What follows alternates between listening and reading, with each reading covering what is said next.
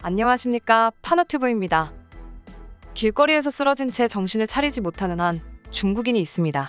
CCTV에 녹화된 영상에서 그는 전날 저녁부터 쓰레기통을 뒤적거리다 새벽부터 비틀거리기 시작하더니 곧 쓰러져 길거리를 좀비처럼 기어다닌 후 기절했습니다. 그는 중국인 요리사로 중국 내에서 유명 셰프로 알려져 있으며 이번 올림픽 때도 거금을 주고 섭외했다고 알려져 있습니다. 그중 이번 올림픽 선수들의 음식을 요리하는 과정을 인터뷰하는 영상이 있었는데요. 요리 과정을 보고 있던 앵커가 그 음식은 한국 음식이 아니냐는 기자의 말에 어떻게 중국 음식을 그딴 한국 음식과 비교하냐며 역정을 내고 한국을 욕하며 인터뷰를 종료했습니다. 인터뷰를 진행하던 도중 갑자기 벌어진 일이라 방송국 측에서도 큰 실수를 한 것이냐며 의아해했는데요. 이러한 일로 한국인들에게 욕을 먹고 있던 중국 요리사가 대낮에 길거리에서 기절한 채 발견되어 큰 화제거리가 아닐 수 없었습니다. 한번 알아보도록 하겠습니다. 최근 올림픽으로 다들 말들이 많은데요. 이번 올림픽은 최근 올림픽들과는 달리 사건 사고가 많아 정작 스포츠 뉴스보다 다른 화제거리들이 더 많습니다.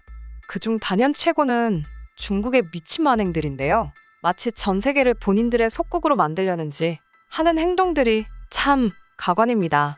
사실 중국에서 벌어지는 이러한 일은 이번이 처음이 아닌데요. 2008년 한중 여자축구에서도 말도 안 되는 일이 벌어졌습니다. 여자축구 한중 경기에서 중국 선수의 어이없는 행동에 많은 축구 팬들이 분노했는데요.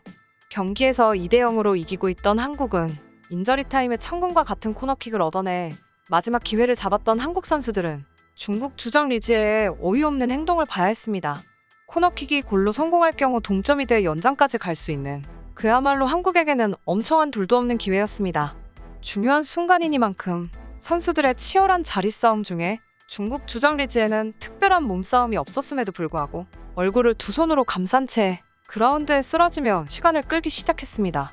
이에 주심은 리지에에게 경기장 밖으로 나갈 것을 명령했고 리지에가 경기장 밖으로 나간 뒤 경기를 계속했습니다. 하지만 우리 대표팀 권하늘이 코너킥을 차려는 순간 또다시 리지에의 돌발 행동이 이어졌습니다.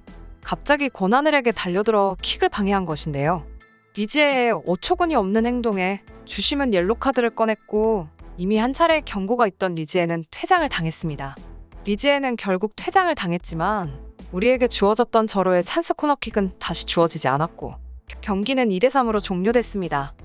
많은 축구 팬들을 비롯해 이 같은 소식이 인터넷을 통해 전해지자 많은 네티즌들은 분노를 감추지 못하고 있습니다.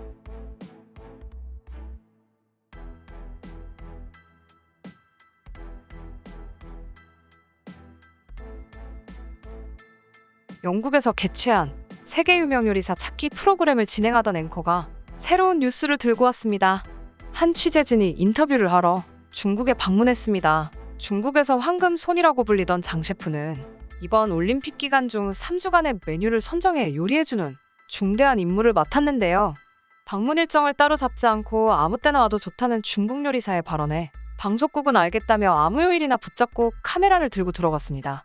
그러나 예상과는 다르게 갑자기 출입을 통제하던 주방 측은 청소하는 중이니 지금 당장 나가달라 우리가 연락을 주겠다라며 문전박대하더니 2시간이 지난 후에야 문을 열어주었습니다. 이 과정에서 한 취재진이 몰래 들어가 찍은 영상이 있는데요. 허겁지겁 음식들을 버리고 숨기며 정체를 알 수 없는 물건들을 숨기라고 손가락질하는 모습이 담겼습니다. 잠시 후 문을 열어준 중국인은 아무렇지 않은 듯 자연스럽게 인터뷰를 진행했습니다. 이미 의심스러울 대로 의심스러운 상황에서 취재진들은 조심스레 질문을 하기 시작했습니다. 이 음식들은 무엇으로 만들었나요? 식단을 짜는 건 누구 아이디어인가요? 같은 질문을 하던 도중 이 음식은 한국 음식이 아닌가요? 라는 질문에 갑자기 얼굴을 붉히며 한국 음식 따위를 왜 먹냐며 다들 보는 앞에서 음식물을 쓰레기통으로 집어던지며 앞으로의 인터뷰는 없을 거라더니 곧 이내 촬영을 중단하는 불상사마저 일어났습니다. 원래 있던 인터뷰 후 식사 일정도 나몰라라 하며 내쫓긴 취재진들은 의아해하며 이게 무슨 상황인지 몰라 했고 그렇게 인터뷰는 끝났습니다. 그러나 시간이 지나고 다른 곳에서 식사를 하고 온 취재진들은 아까 있었던 촬영 현장 근처에서 쓰레기통을 뒤지던 중국인 요리사를 발견했고 이를 모습에 담았습니다.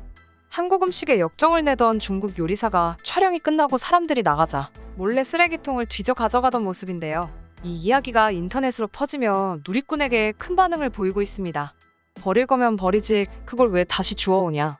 오히려 더 수상해 보인다. 도대체 뭐길래 저렇게까지 한 거냐? 라는 반응을 받았습니다. 요리사가 다시 주워간 음식은 바로 한국의 된장 삼겹살인데요. 삼겹살을 구운 후 된장을 푼 육수에 다시 구수하게 익혀주는 방식에 한국에서만 맛볼 수 있는 음식이었습니다. 한국에서는 쉽게 접할 수 있는 요리이다 보니 중국 입장에서는 이러한 한국만의 요리를 본인들의 요리에 접목시켜 메뉴로 개발하려는 게 쪽팔렸던 것 같습니다. 이 일이 퍼지며 장 셰프는 황금손에서 쓰레기통 손으로 별명이 바뀌고 중국에서조차 욕을 먹고 있다고 밝혔습니다.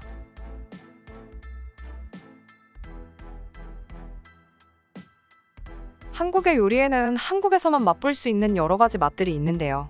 이를테면 저촉류가 그렇습니다. 젓갈은 한국인에게 부족한 단백질이 다량 함유되어 있는 어패류의 근육, 내장 또는 생식소 등의 식염을 첨가해 숙성시킨 식품이며 발효식품입니다.